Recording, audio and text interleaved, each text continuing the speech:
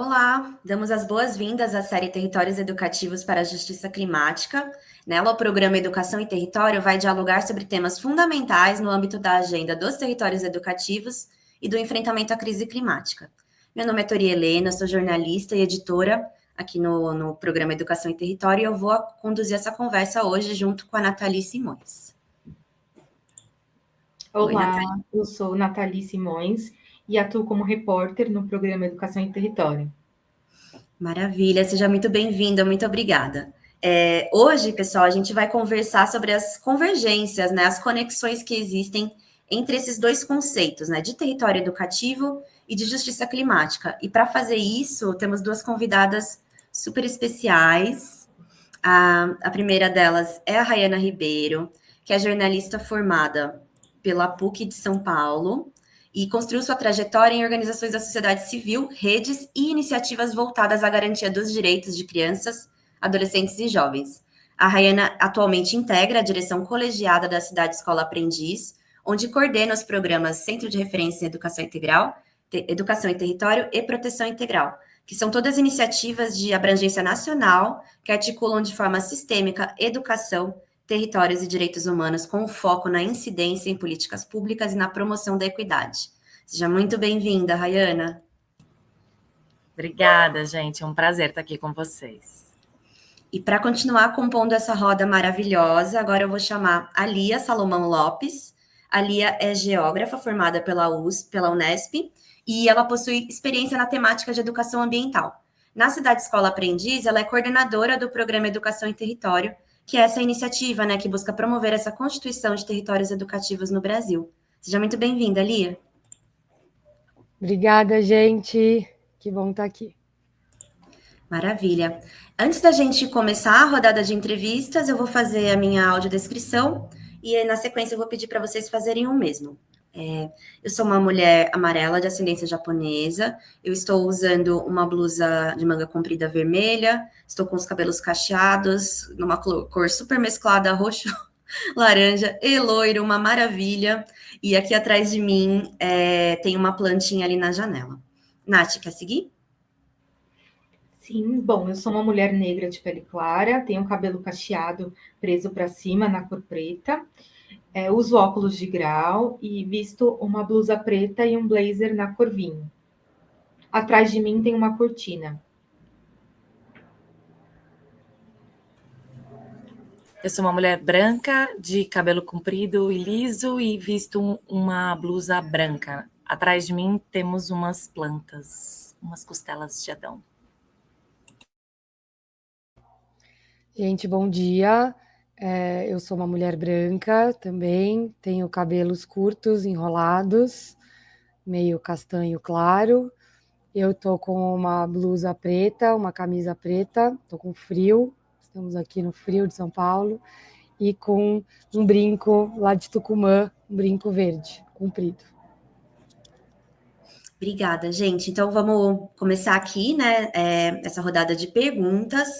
E para a gente começar, queria perguntar para a Lia, né, e para a Rayana. A ideia de justiça climática, ela assumiu ali uma posição central, né, em debates sobre o meio ambiente, como, por exemplo, na Conferência Nacional do Meio Ambiente, que está sendo realizada em maio de 2025, e a COP30, que está prevista para acontecer em novembro em Belém. O que é a justiça climática? E como que esse conceito, que é relativamente novo, né, atualiza essa discussão sobre o clima, relacionando ele com educação e com equidade? Vou começar, então, por aqui, essa conversa. Quando a gente pensa justiça climática, acho que a gente está falando de uma chamada para ação e para as diferentes convergências que ela pode gerar em termos de chamada de pessoas, de agendas. É uma ideia de engajamento e uma ideia de luta, por isso ela tem essa cara de ação. Porque muito se fala sobre mudanças climáticas e acho que está, pelo menos no nosso campo de atuação, mais do que pactuado que as mudanças climáticas não só existem, mas elas estão em curso e elas estão numa correria, na verdade. Então, as mudanças climáticas estão já muito mais rápidas do que muitos pesquisadores previram. Então, as mudanças climáticas são a nossa situação que vai gerar uma série de emergências climáticas. Então, a gente vai de uma ideia de que se as mudanças existem, já estão acontecendo a nível global, isso vai gerar, no nível local, dos municípios, dos territórios e dos estados, uma emergência climática, ou seja, algo precisa ser feito no âmbito das políticas públicas, das organizações, da sociedade civil, das instituições, das pessoas, porque estamos num momento e num estado de emergência climática. E aí, dentro desse estado de emergência climática, a gente passa a assumir que nessa emergência existe um contingente populacional maioritário e que sofre com as mudanças climáticas e que está nesse momento em emergência, primeiro, mais do que a totalidade da população. Então, quando a gente pensa isso, que há uma distribuição desigual dessa emergência e das situações que elas vão gerar, a gente também vai pensando que não é justa a distribuição desse problema e o sofrimento que esse problema das mudanças climáticas vão gerando nas populações.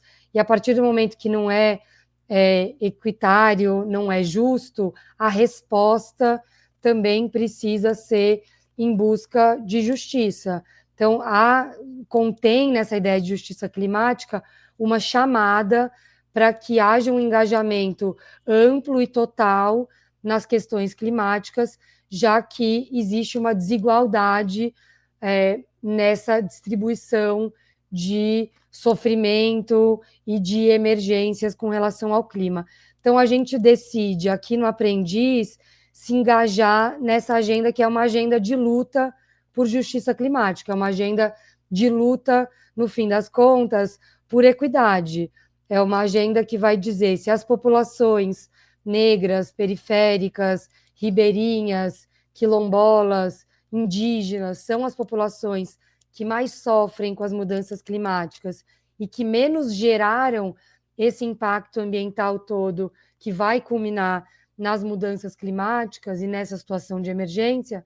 Então, essas populações precisam estar nessa conversa sobre a questão climática. Então, é uma luta para incluir todas essas pessoas, principalmente as que mais sofrem, incluir todas as agendas que trabalham com a gente, que são agendas pela garantia de direitos, para pensar nas emergências climáticas. Então, é uma luta, a justiça climática ela é uma luta, e uma luta fundamentalmente por equidade. Uma luta urgente, né? Rai, você quer complementar? Acho que a Lia trouxe os principais aspectos. Eu acrescentaria apenas que aqui no Aprendiz a gente está entendendo que a ideia de justiça climática convoca a gente a pensar essa crise como uma crise sistêmica, né? Uma crise de direitos, de modo geral. E uma crise que vai colocando para a gente uma pergunta fundamental, que é quem tem direito de viver com dignidade num meio ambiente e num planeta, né, saudável, equilibrado, viver com dignidade e com seus direitos garantidos. Acho que ali aponta muito bem como as emergências, né, a emergência climática e essa crise de maneira mais geral afeta de forma desigual as diferentes populações. Acho que para além das que ela já citou, eu acrescentaria as crianças, adolescentes e mulheres, que também são afetadas e impactadas pelas consequências da crise climática de maneira desigual.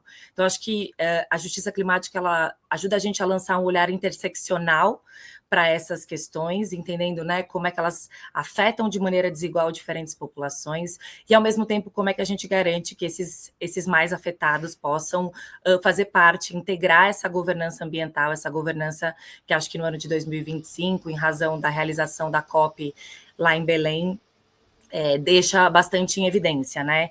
Então, acho que a noção de justiça climática também está convocando a gente a pensar quem e como essa participação deve acontecer e as reflexões sobre o futuro do planeta precisam estar na ordem do dia.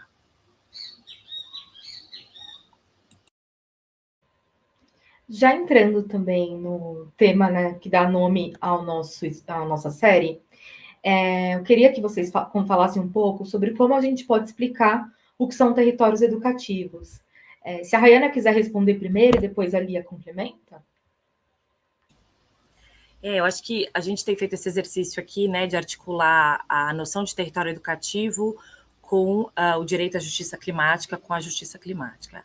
E acho que, para além disso que a gente começou conversando, a justiça climática ela também atualiza e confere centralidade para a educação, né? Então, é a partir da educação, na perspectiva de uma educação integral, né, de uma educação que está observando e está atenta às diferentes dimensões dos sujeitos, que a gente vai poder garantir uma formação que dê conta aí de novas formas de ser e de estar no mundo, né? A gente fala muito sobre uma educação que apoia a formação de sujeitos críticos, que sejam responsáveis consigo, com o outro e com o meio. Então, para a gente alcançar a justiça climática, a educação vai precisar cumprir cada vez mais o seu papel. E acho que aqui para a gente, a ideia de uma educação integral, ela está sempre associada à noção de território educativo. A gente não consegue pensar essa formação dos sujeitos sem que ela esteja enraizada nos territórios, né? Sem que a gente compreenda quem são e como vivem esses diferentes sujeitos, e que a partir desses saberes, desses conhecimentos, dessas trajetórias e dessas culturas, a gente garanta que os diferentes aspectos do território, sejam os espaços, sejam os tempos, as dinâmicas, os equipamentos, as outras políticas, que não necessariamente as políticas educacionais, elas estejam aí assumindo essa intencionalidade e assegurando um processo formativo que se dá ao longo da vida, para além dos muros da escola e para além da etapa escolar. Então, acho que esse esforço, né, de articulação das duas agendas, ele tem a ver com a gente tornar cada vez mais visível como elas precisam estar integradas e são fundamentais para que a gente possa combater o racismo ambiental, como a gente já disse aqui no início, né, garantindo equidade, fortalecendo esse compromisso, mas, sobretudo, acho que lançando luz e dando força para a ideia de que é a partir da educação, dando centralidade a ela, que a gente vai conseguir repensar e forjar novas formas de estar nesse mundo.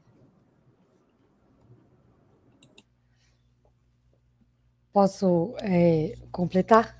Eu fiquei aqui pensando, né, enquanto a Rai falava, que quando a gente pensa território educativo, a gente está fundamentalmente pensando em participação e articulação.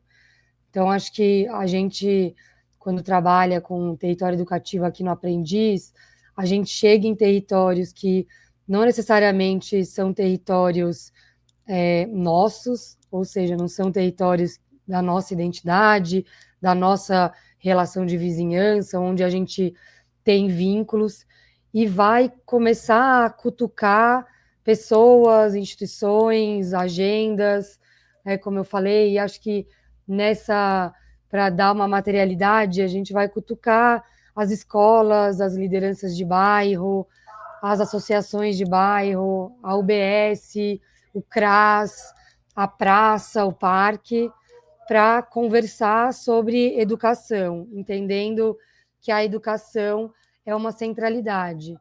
E acho que quando a gente traz essa camada da questão climática e da luta por direitos a partir dessa perspectiva ambiental, a gente também tem feito essa chamada que pensar que a gente precisa estar junto pela educação, porque a gente pensa o desenvolvimento integral dessas pessoas que estão nesse território, mas também tem aí uma chamada para esse fazer junto, em colaboração e participativo, também por conta da questão climática que está colocada, que é urgente, que é uma emergência e que interessa a todos esses agentes.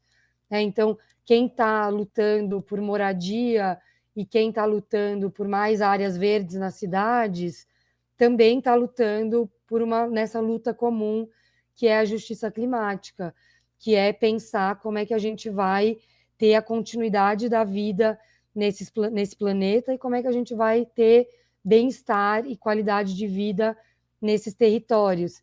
Então, vai nos parecendo que também é uma convocatória de um lugar comum, né? O convite para esse lugar comum que é o estar no mundo de forma com qualidade, né? O estar no mundo com qualidade, o vivenciar os espaços, os territórios com qualidade é um direito de todos e interessa a todos.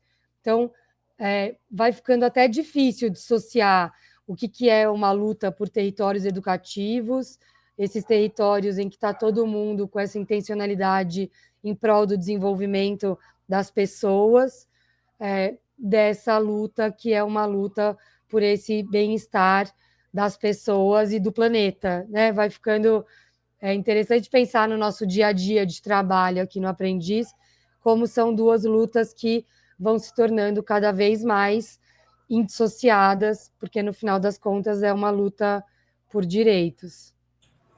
Muito legal. E você, Lia, que é uma pessoa que tem uma trajetória ali, né, dessa questão da educação ambiental e da educação climática, quando você começou a se aproximar desses temas, você fazia ideia que ia ter uma convergência tão grande que territórios educativos ali ia conversar diretamente com a justiça climática, ou você foi surpreendida como todos nós, menos os cientistas que já sabiam que ia piorar Acho que ela sempre soube. Na verdade, eu fui surpreendida por isso não estar sempre junto, né? É muito interessante como... Então, eu venho de uma trajetória com educação ambiental, então eu sou geógrafa e educadora ambiental, então venho desse mundo do meio ambiente, digamos assim. E quando eu estava numa trajetória que era puramente de meio ambiente, eu não entendia por que as pessoas que trabalham com meio ambiente não estavam trabalhando com garantia de direitos, não estavam trabalhando com equidade, não estavam trabalhando em prol da educação. Então, era um estranhamento. Então, quando eu trabalhava com educação ambiental, a gente já estava pensando numa educação ambiental que estivesse a serviço de uma noção de cidadania. E quando eu chego e mergulho na área da educação, me surpreendeu que não estava todo mundo falando de educação ambiental ainda. E eu acho que... Então, na verdade, são coisas que foram se encontrando. Acho que essa é a grande vantagem desse momento de COP no Brasil, que está deixando explícito para essas agendas que são tão parecidas na forma de lutar e que estão lutando por direitos, que, na verdade, elas sempre estiveram juntas, mas está trazendo essas duas agendas para um trabalho comum, para um trabalho coletivo. Assim, eu vejo que a gente tem, quando vai agora aos territórios, então, quando vai agora às escolas, meio ambiente e educação integral e educação antirracista e pensar convivência e cidadania estão cada vez mais próximas. E acho que isso é uma oportunidade também, que essa sim é um pouco nova, né, de trazer essas oportunidades de, ao estar juntos, vamos discutir o que interessa? Acho que é um pouco isso. Aí, quando a gente está junto e vai discutir o que interessa mesmo é pensar uma educação antirracista, é pensar justiça climática, é pensar convivência e participação. Então, isso que importa. Se isso que importa, estamos todo mundo juntos. Acho que esse é o momento atual, assim. Acho que isso tem sido muito legal de ver que, às vezes, a gente pensa que a gente só está andando para trás, mas essas convergências e articulações é a gente andando para frente, de alguma forma. Lia, queria complementar uma coisinha só, porque eu fiquei aqui provocada com o que ela está trazendo. Eu acho que tanto, né, acho que a reflexão e o que a gente tem produzido e o que o Brasil e também no mundo, né, tem forjado em termos de território educativo, a gente tem também a convergência com a ideia de cidade educadora e o campo da justiça climática, tem muito a ver com fazer com e não fazer para, né? Então, acho que acho que esse é um compromisso que a gente assume nas duas agendas e a gente tem tentado colocar em prática, enfim, cuidado, né, de estratégias que possam aí primeiro reconhecer aquilo que já é produzido, aquilo que já é feito, o conhecimento que já existe nesses territórios, para a partir deles a gente construir os caminhos que são contextualizados e que são pertinentes para aquelas comunidades, né? Acho que essa é uma coisa, e outra coisa que eu fiquei pensando aqui é que, bom, tá, e aí, qual é o papel da escola, né? Toda vez que a gente fala de educação, a gente sabe que a gente está falando de algo mais amplo do que o trabalho que as escolas realizam, mas acho que não dá para ignorar que as escolas também precisam ter centralidade, cumprir um papel importante nesse processo, né? Tem uma pesquisa feita pelo Instituto Alana nas capitais brasileiras, eu estava dando uma olhada ontem, então estou com isso mais fresco, que vai dando um pouco o tom de como é que essas coisas todas se interrelacionam, né? Então, a pesquisa demonstra que 52,4%, então um pouco mais da metade das escolas dessas capitais, que estão dentro de favelas ou de comunidades urbanas, não tem área verde dentro do seu lote. Então, acho que aqui tem mais uma perspectiva que é o acesso e o direito das crianças e dos adolescentes à natureza e como a gente está constituindo espaços como a escola que negam esse acesso, que negam esse direito. Do ponto de vista, né, da racialização dessa discussão, o estudo vai demonstrar que 36,4%, ou seja, um terço dessas escolas de maioria negra, né, de estudantes majoritariamente negros, registram temperaturas 3,6 graus acima do que a sua capital registra, ou seja, a gente está falando, né, do processo de ondas de calor, a gente está falando de conforto térmico, a gente está falando também de arquitetura e de infraestrutura escolar num contexto de crise climática, de crise ambiental. E acho que um dado que me saltou muito aos olhos é que a gente tem aqui metade das escolas em área de risco nessas capitais são predominantemente negras. O mesmo número para escolas predominantemente brancas é de 4,7%. Então, acho que, para além do papel das escolas na formação dos sujeitos, né, na transversalização de uma educação ambiental que deixa de ser tema ou conteúdo fragmentado e passa a ser uma prática permanente, a gente também vai precisar ampliar essa discussão pensando a localização dessas escolas, o atendimento dessas escolas e como elas também estão atravessadas pelo racismo ambiental. Assim, acho que isso confere à escola um papel muito, muito, muito, muito importante e o da educação, então, sem sombra de dúvidas. Acho que era isso. A nossa próxima pergunta, eu acho que dialoga muito com o que a Rayana acabou de falar. E para que a justiça climática se torne algo concreto, algo que faz parte da nossa realidade, como vocês avaliam que devem ser as políticas públicas presentes nos territórios? Acho que para intercalar, a gente pode começar novamente com a Rayana e depois, se a Lia quiser complementar. Bom, acho que a gente foi, né, um pouco do que a gente está trazendo aqui, vai dando pistas, né, de como essas políticas públicas podem ser formuladas e implementadas. Acho que a primeira delas eu diria que a gente precisa de políticas públicas que sejam contextualizadas, né, que então reconheçam o território no qual elas estão inseridas, as populações que serão atendidas por essas políticas públicas. Então, acho que a contextualização ela é ponto de partida. A gente já falou muito aqui, mas elas precisam ser políticas públicas produzidas e co-criadas por esses sujeitos, então a dimensão da participação e da democracia é fundamental para que essas políticas públicas sejam pertinentes, para que elas guardem coerência e para que elas tenham, de fato, reflexo na vida desses sujeitos todos. A gente tem defendido já há muitos anos aqui no Aprendiz, né, a necessidade de políticas públicas intersetoriais. Acho que pensar a justiça climática demanda uma articulação e uma integração entre os diferentes setores, entre a educação, o meio ambiente, o transporte, a saúde, enfim, a assistência social, as políticas de cuidado. Então, a gente fala da necessidade de que esses diferentes campos do conhecimento, traduzidos aí a partir de políticas setoriais, estejam em convergência, olhando para como a crise climática tem afetado a vida das diferentes populações. Eu acho que nesse âmbito ainda, por fim, eu destacaria que essas políticas precisam, de fato, lançar um olhar interseccional, né? Eu acho que olhando para como essas diferentes desigualdades se sobrepõem. Acabei de citar aqui alguns dados, né, que mostram como racismo, meio ambiente e educação estão aí produzindo ainda mais desigualdade. Então, se essas políticas também não observarem essas diferenças, a gente tende a constituir soluções e caminhos pouco efetivos, ou muito centralizados, homogeneizantes e verticalizados, que é um pouco a tradição de política pública que a gente tem no Brasil.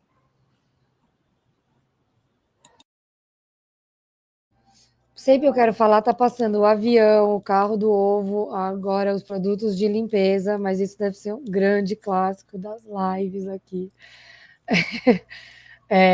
Eu fiquei pensando que, né, para fazer uma correlação com os territórios educativos e com essa que é a nossa agenda coração aqui no Educação e Território, acho que isso, de fato, Rai, é o que sempre tem nos dado mais trabalho, porque ainda que muitas vezes a gente tenha os sujeitos ali, os agentes públicos compreendendo essa interseccionalidade, porque eles vivenciam ela enquanto sujeitos, ou essa intersetorialidade enquanto uma necessidade, muito por conta dos encaminhamentos e por conta de novas políticas públicas que são cada vez mais intersetoriais, esse ainda é um ponto de maior energia da articulação, né, que é colocar todo mundo numa mesa para conversar, ou seja, esses sujeitos, esses agentes para conversar,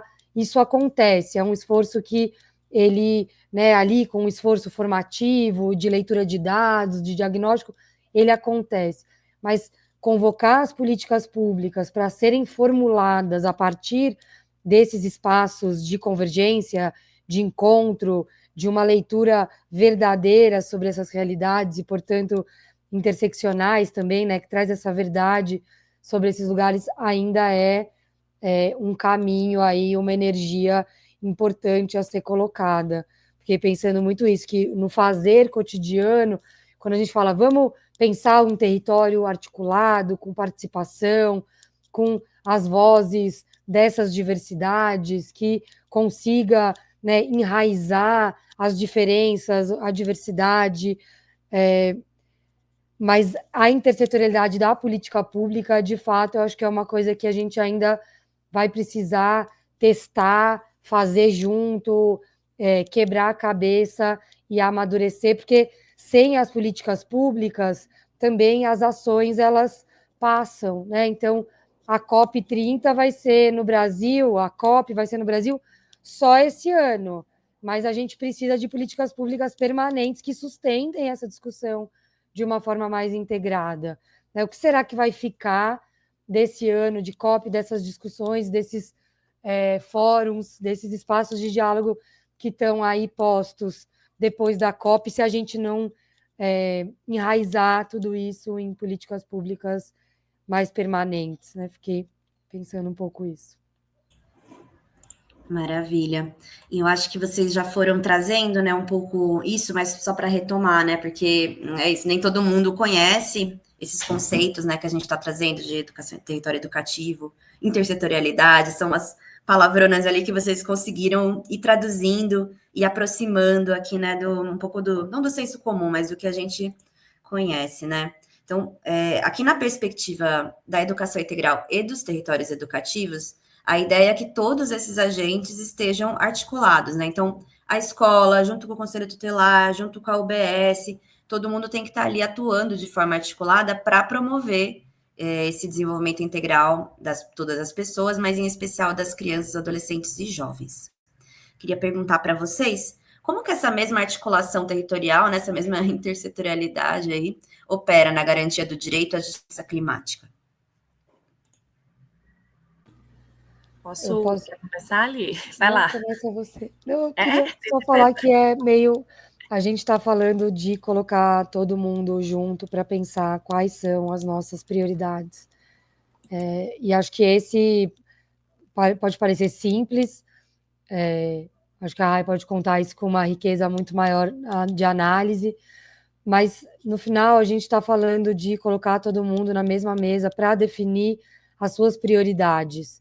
Então, não é criar um outro grupo, um outro fórum, um outro debate. Quando a gente tem um fórum, um espaço, um grupo intersetorial, um comitê que está discutindo garantia de direitos, é nesse lugar que a gente precisa garantir também a discussão de justiça climática e, portanto, de racismo ambiental, porque a gente está falando dessa mesma população e de uma mesma luta, né? Então, às vezes a gente fica, mas a gente vai disputar a agenda, a gente tem aqui o sistema de garantia de direitos, então a gente tem que chamar outro sistema para resolver a questão ambiental, a gente tem que ter um outro espaço, um outro fórum, e eu acho que não. Acho que a gente tem visto e experimentado nos territórios que é o sistema de garantia de direitos que tem a capacidade de puxar essa discussão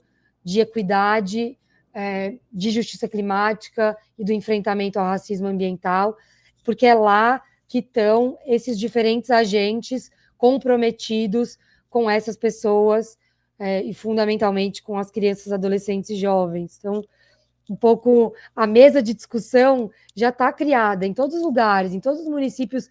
Você tem um espaço de discussão intersetorial que é para discutir as crianças que estão fora da escola, que é para discutir um ambiente de risco ambiental, que a gente tem uma comunidade que vai precisar ser deslocada por conta desse risco ambiental, que é a ausência de transporte público que possa garantir que a população acesse os seus direitos e os equipamentos públicos. Nessas mesas de discussão que tem que estar sendo discutido também justiça climática. E é por isso que justiça climática é tão perto de território educativo, porque é nessa mesma mesa de discussão. Plenamente de acordo.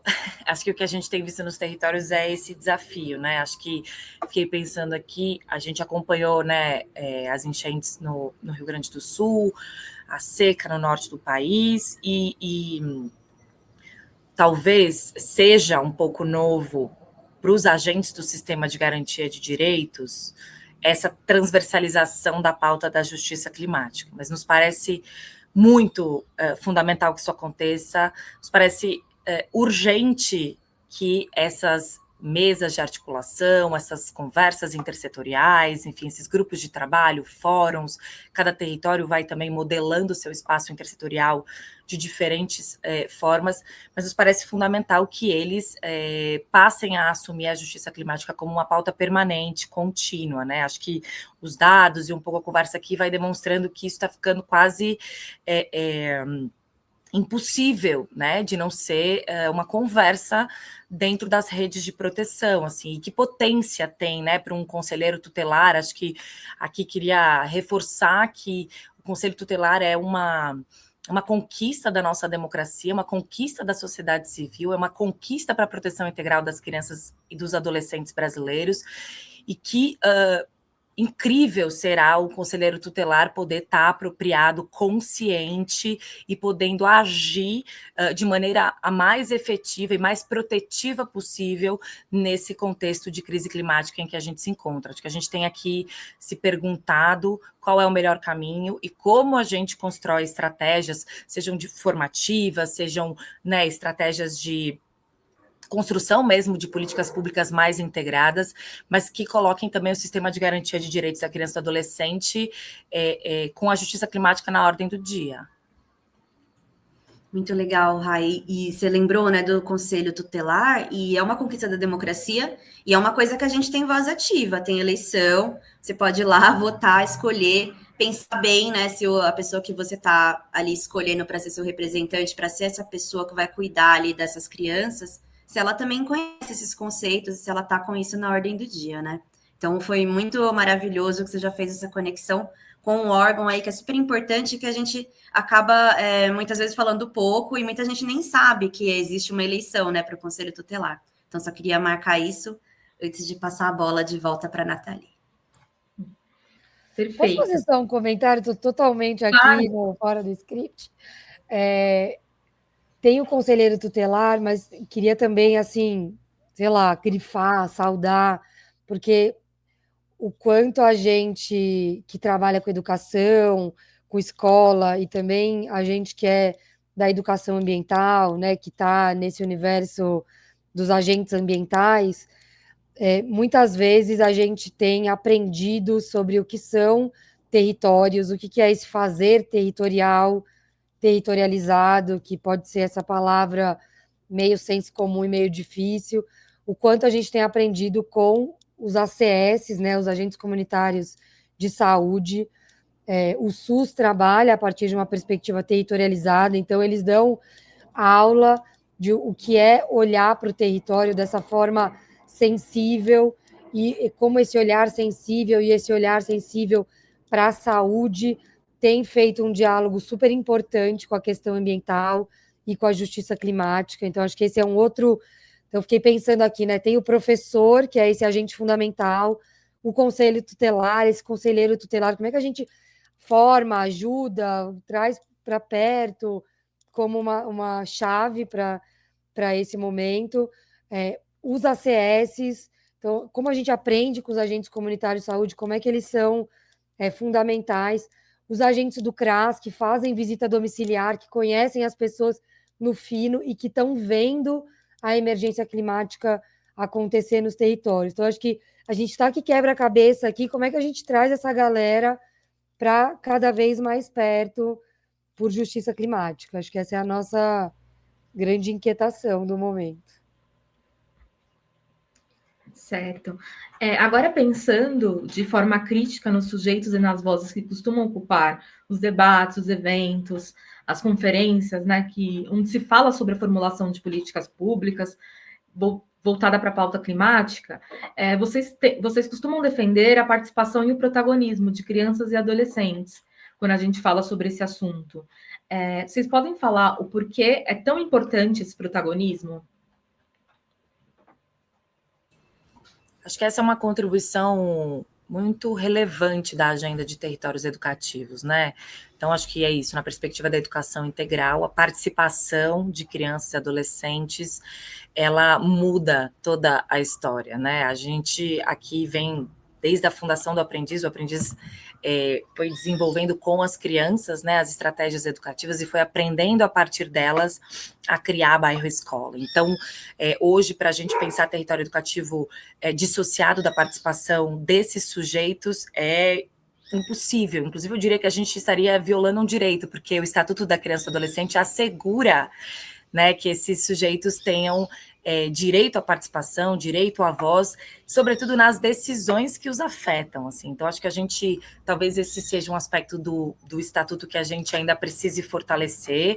Acho que o Brasil tem experiências de participação de crianças e adolescentes interessantes, em diferentes territórios, com diferentes perspectivas e focos, mas acho que aqui, quando a gente está pensando em justiça climática, e essa é uma pergunta que tem muito a ver com a governança, né, com a governança ambiental, a gente continua defendendo a pertinência de que elas sejam ouvidas. Primeiro, acho que a gente já disse aqui, porque elas são as mais afetadas, elas estão dentre os grupos mais afetados pela mudança climática, pelas mudanças. Depois, porque a gente entende que as crianças são sensíveis, criativas e que elas têm muito a contribuir para qualificar a reflexão sobre que caminhos, né, devemos seguir para enfrentar e para também prevenir essas mudanças ambientais. Assim. Então, acho que aqui a gente tem aprendido muito com elas, em parceria com o CIESP, né, da PUC-Rio. A gente recentemente que fez uma escuta com 200 adolescentes e jovens, né, de diferentes cidades, 10 cidades brasileiras, acho que Lia pode comentar um pouco mais.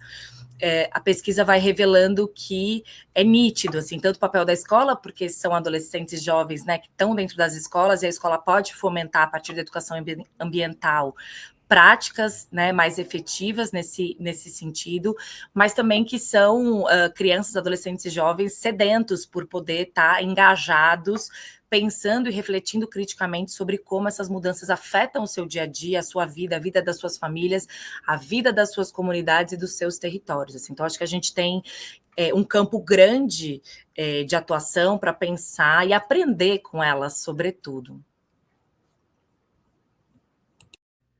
Tem um negócio que é assim, as crianças, os adolescentes, os jovens, eles estão dizendo aí nessa pesquisa do CIESP, eles querem saber mais, eles sabem que as mudanças climáticas existem, eles querem fazer alguma coisa e não estão fazendo nada hoje. Quando você pega um dado como esse, para mim, na hora, vem na cabeça assim, estão contando para a galera que o mundo está acabando e a galera está vendo no seu dia a dia que o negócio está feio. Então, enchentes, a gente está falando de deslizamentos de terra, de comunidades inteiras, como a gente viu também aqui no litoral de São Paulo, em São Sebastião, muita gente que perdeu casa, muita gente que, né, escorregou barranco abaixo, assim, são tragédias muito tristes. Então, as crianças, os adolescentes, os jovens, eles estão sabendo, eles estão sentindo, isso está sendo dito na escola, isso está sendo dito na televisão. E aí, quando a gente vai para o fazer, então agora vamos fazer alguma coisa. Gente, o mundo tá isso aí, né? Tá acabando, vocês estão vendo, o negócio tá feio. Agora a gente vai se reunir aqui e fazer um vasinho de garrafa PET. Então, tem uma coisa que a gente está percebendo, que a provocação é enorme, a provocação é dolorida, ela é macro. E a ação, a atuação, ela vai para um lugar que, claro, tem que ser micro, tem que ser na capacidade do sujeito, mas ela vai para um lugar que não dialoga com o problema em si. Então, a gente percebe uma série de ações bem intencionadas de educação ambiental e climática que não dialoga o que está acontecendo no mundo e no dia a dia dessas crianças, enquanto emergência climática, com aquilo que está se propondo enquanto atuação, mobilização, prática pedagógica, prática de gestão na escola, na UBS, no CRAS. Então, está muito descolado a prática do dia a dia que, né, para a mudança climática, para o meio ambiente, para pensar a reciclagem, então divide qual é o lixo que vai, em que lixeira, de que cor. A ação está nesse lugar. Só que o problema, ele está num lugar que ele é muito mais transversal, ele é muito mais da incidência em política pública. Então, acho que aqui a gente tem se sentido muito convocados a pensar uma mobilização e uma atuação que é junto com as crianças e adolescentes para desenhar a política pública, para atormentar o gestor público sobre uma intersetorialidade que já existe na prática, por uma mobilização pela limpeza do córrego que está ali na frente da casa dessas crianças e adolescentes, por pensar como é que as cooperativas de catadores estão organizadas e se organizando localmente, territorialmente, para resolver um problema ambiental, são agentes ambientais fundamentais do território, eles estão lá, estão trabalhando lá, mas a gente ainda não está conectando as nossas práticas de educação ambiental e climática ao problema em si. Assim, vai nos parecendo que são dois universos ainda muito descolados. Então, a gente ainda está muitas vezes falando e mostrando no vídeo, no slide, o derretimento da calota polar e os ursos polares que estão ficando sem casa. Isso, sistemicamente, é um problema para a gente aqui localmente? É um problema. O derretimento das calotas polares vai fazer aumentar o nível do mar e a gente ter muitas áreas alagadas e impossíveis de morar. É verdade. Mas daí a achar que o derretimento da calota polar e os ursos polares vai engajar e mobilizar essas crianças e adolescentes, como elas querem ser mobilizadas, têm potência de agir a rodo para serem mobilizadas, para de fato se engajarem na questão ambiental, está nos parecendo que não é o caminho, né? Acho que está nos aquecendo aqui essa conversa para dizer que não é o caminho. Bom, então, qual é o caminho? Eu acho que a gente vai percebendo que o engajamento com o território é o caminho para a justiça climática, porque ele é o engajamento que vai trazer as pessoas que são daqui, que são da minha vizinhança para conversar, que compartilham diariamente o problema de um córrego que alaga, que está sujo, é o resíduo que vai formando em montanhas na frente das escolas, das UBSs, dos parques, os parques que são áreas de preservação ambiental e de lazer e que estão muitas vezes ocupados com o lixo, com uma convivência com a violência. Então, localmente, quando a gente fala localmente, como é que a gente vai se engajar para resolver o problema desse parque, dessa área degradada aqui? E como é que o se engajar com essa área degradada também vai ajudar a gente a se engajar com outras questões e desafios desse bairro, desse entorno. Então, acho que a gente tem se sentido isso, muito convocadas por pensar como é que a gente junta essas pontas, crianças interessadas, com potência em se engajar, e um engajamento que seja com sentido, com significado, territorializado. Nos parece que o caminho está um pouco por aí.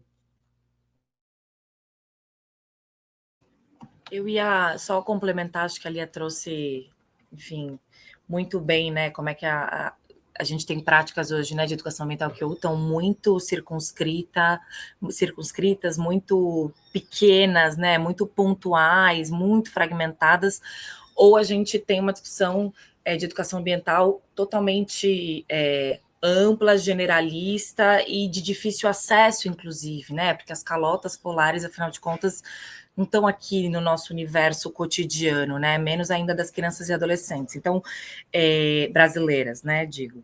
Então, acho que a gente tem se perguntado, assim, acho que a Lia vai dando pistas, né?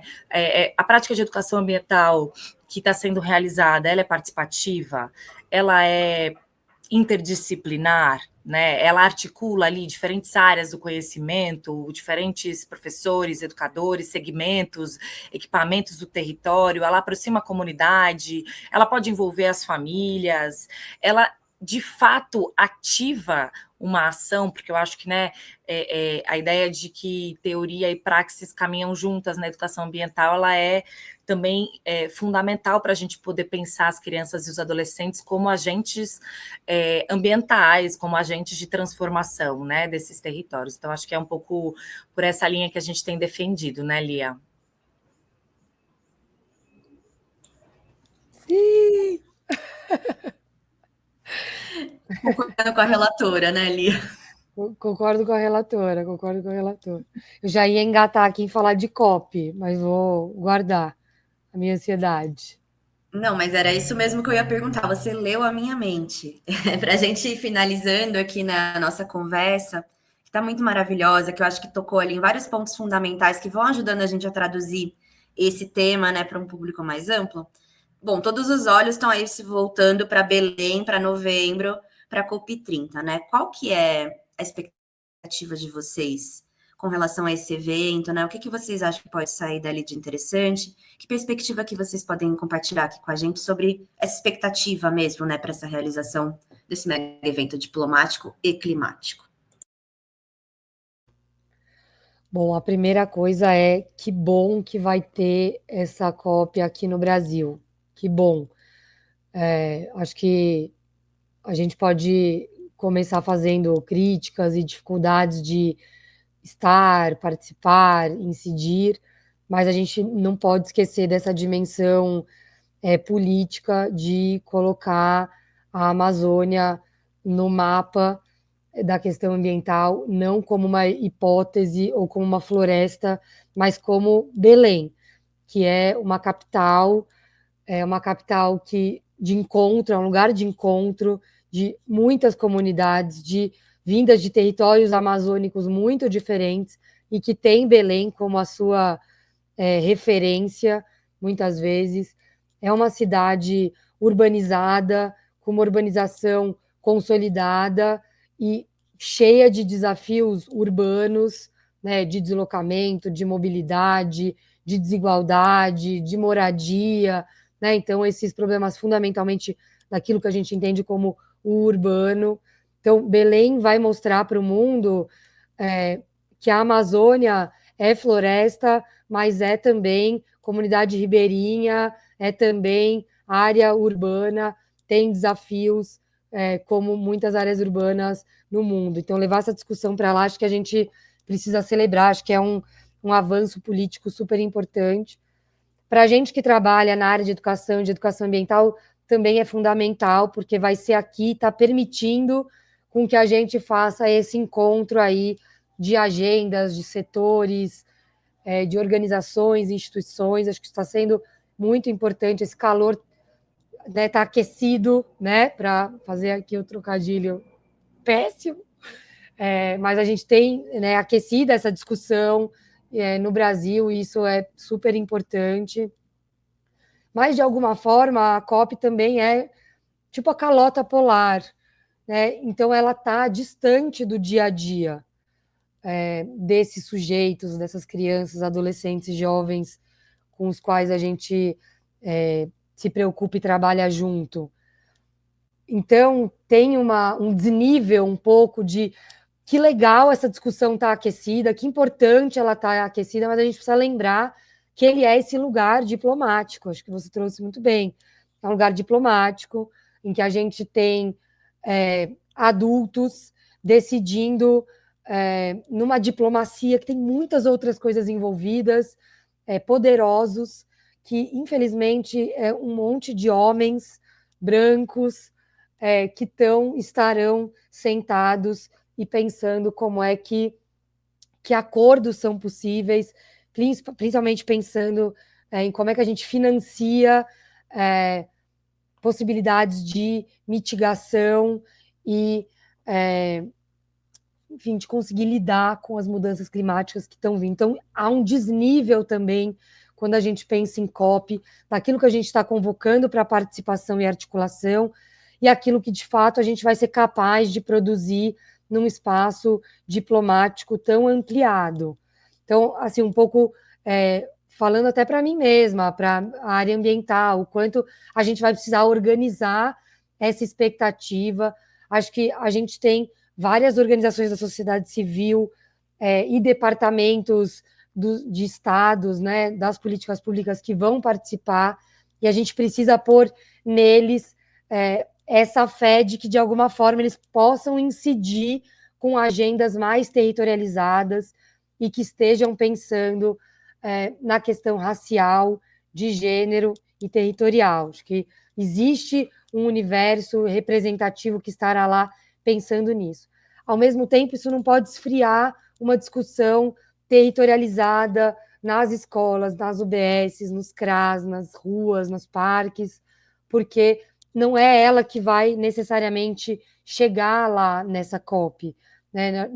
A gente não vai conseguir estar todo mundo na COP e nesse espaço frio e diplomático de discussão, mas a gente precisa aproveitar que essa discussão que está acontecendo nas pontas e nos territórios ajude a gente a fazer transformações de processos formativos e de engajamento, que é com aquilo que a gente está preocupado aqui no dia a dia e que é significativo para as populações dos territórios. Então, acho que guardar esses devidos lugares também, a importância da COP aqui e a importância que ela vire elementos, espaços, eventos, formações nos territórios, encontros que acontecem nos territórios, já que a gente não vai estar todo mundo lá em Belém.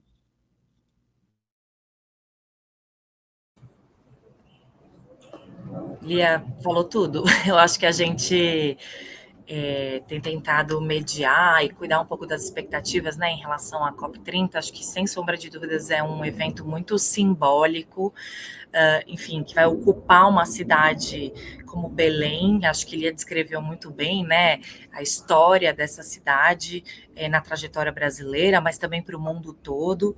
Então, acho que é uma COP repleta de simbolismos e que vai ter que enfrentar o desafio de ir além desses simbolismos, né? Então, dela ser também uma conferência que avance com medidas e compromissos mais práticos em relação ao que a gente está vivenciando. Acho que, do ponto de vista do seu legado e da sua contribuição, sem sombra de dúvidas, ela acontecer em Belém vai mostrar para a gente a força e a potência de quem sabe resolver essa crise climática que a gente se encontra, que são os povos indígenas, os povos quilombolas, os povos tradicionais, que estarão lá organizados a partir dos movimentos sociais, pautando novas formas de governança ambiental para o planeta. Então, eu acho que, em alguma medida, a gente precisa escutar muito bem o que vai acontecer nessa COP, olhar para o que a sociedade civil ali presente, essas comunidades e essas populações vão estar dizendo, vão estar afirmando, para que a gente possa aí, acho que como ali atrás, né, poder repensar e revisar, inclusive, aquilo que a gente tem feito no nosso cotidiano nos territórios, do ponto de vista de uma educação ambiental e climática mais assertiva, mais efetiva. A gente aqui tem uma preocupação muito particular, a gente sabe que Belém vai receber cerca de 40 mil pessoas durante um certo tempo, a gente vem de uma trajetória, né, também um país que recebeu mega eventos recentemente, nos últimos 10 anos, e algo que nos preocupa muito é a demanda de proteção integral a crianças e adolescentes durante o evento. Então, queria aqui fechar um pouco ressaltando que a COP30, né, como um evento em si, precisa garantir que as nossas crianças e adolescentes estejam cuidadas durante esse evento diplomático, né? A gente sabe que trabalho infantil, exploração sexual e outras formas de violência podem ser agravadas durante o mês de novembro, nesse território paraense. Então, aqui convocar todos e todas as redes de proteção e também aos órgãos públicos, né, e as autoridades que lá estiverem a se comprometerem a garantir o direito das nossas crianças, inclusive durante a COP30. Maravilha. Acho que vocês foram ali, fizeram um panorama bem completo, né, tudo que está envolvido com a questão da COP. Eu queria perguntar se tem alguma coisa que a gente não tenha perguntado, alguma consideração final que vocês gostariam de fazer sobre esse tema territórios educativos e justiça climática, algo que tenha ficado de fora, que vocês gostariam de destacar? Não, na verdade, queria agradecer. Acho que esse espaço poderia ser enorme, porque a gente poderia falar por horas. Muito bom, muito gostoso poder discutir isso. Queria dizer que eu não sou especialista em mudanças climáticas. Acho que a gente não está aqui reunido enquanto especialistas em mudanças climáticas, na questão climática, mas a gente tem uma convicção nessa luta por justiça climática, que ela não é especialista e especializada, é uma luta de todo mundo, né? Então, eu fiquei pensando um pouco isso, né, agora no final, porque então, a gente está reunida aqui, essas 4 mulheres, não especialistas em clima, em mudança climática, acho que tem muito conteúdo, material, gente maravilhosa falando sobre isso por aí. Mas por que a gente está aqui, então? Acho que aqui tem uma intenção que é essa chamada, assim, essa é uma questão que interessa a todos nós que trabalhamos com garantia de direitos, com direitos humanos, e, mais do que isso, a todos nós que queremos continuar estando no planeta Terra aí por um pouco mais de tempo. Então, é de fato uma luta que interessa a todos. E o que a gente aprendeu a fazer aqui no Aprendiz, aqui nessas trajetórias também que vão se conectando aqui entre a gente, é juntar a gente para conversar, para pensar caminhos, para se incomodar, para estar errado e fazer de outro jeito, para experimentar. Então, por que, né, que a gente está aqui falando, trocando essa ideia? Acho que é porque a gente acha que a justiça climática é uma luta de todo mundo. Assim. Queria terminar falando isso. Queria reforçar os agradecimentos, acho que para a gente poder instaurar essa conversa aqui, assim, dentro desses quadradinhos é muito bom. A gente tem feito, né, acho que a plataforma Educação e Território tem feito uma cobertura muito qualificada sobre esse assunto, tem tentado, né, identificar, mapear experiências que tenham relevância, que possam inspirar, né, outros contextos, tem identificado lideranças jovens, adolescentes e movimentos sociais com os quais a gente pode aprender. Então, também queria convidar todo mundo a conhecer esse material que vem sendo produzido ao longo dos anos por esse site, por essa equipe que está aqui presente, confirmar com Lia, que também não sou especialista em mudanças climáticas, mas que a gente está aqui reunidas a partir dessa convicção, entendendo que a justiça climática é uma agenda comum, né, e que afeta a todos e que, portanto, tem esse potencial também de reunião de todos. Acho que talvez a gente não tenha falado um pouco sobre o papel da ciência e da informação, né, íntegra, de qualidade, mas queria deixar aqui também acho que talvez um aspecto que depois a gente pudesse aprofundar, que tem a ver com como a desinformação também tem contribuído para desmobilizar, né, e desinformar a população, em especial crianças, adolescentes e jovens, com relação ao que está acontecendo no mundo. Então, acho que, assim, de fato, a gente tem bastante conversa para dar continuidade, agradecer demais o espaço e dizer que a gente segue por aqui, convocando todo mundo para pensar junto. Obrigada. Eu que agradeço, gente. Vamos continuar conversando sobre isso. A série Territórios Educativos para a Justiça Climática vai seguir. Vamos falar de outros temas. Já teve alguns spoilers aí que o pessoal foi falando, né, de temáticas que a gente vai abordar. Mas também queria agradecer a presença de vocês. Queria te agradecer, Nathalie. Muito obrigada por conduzir aqui a entrevista com a gente. E é isso. Até a próxima. Tchau, tchau. Tchau, tchau.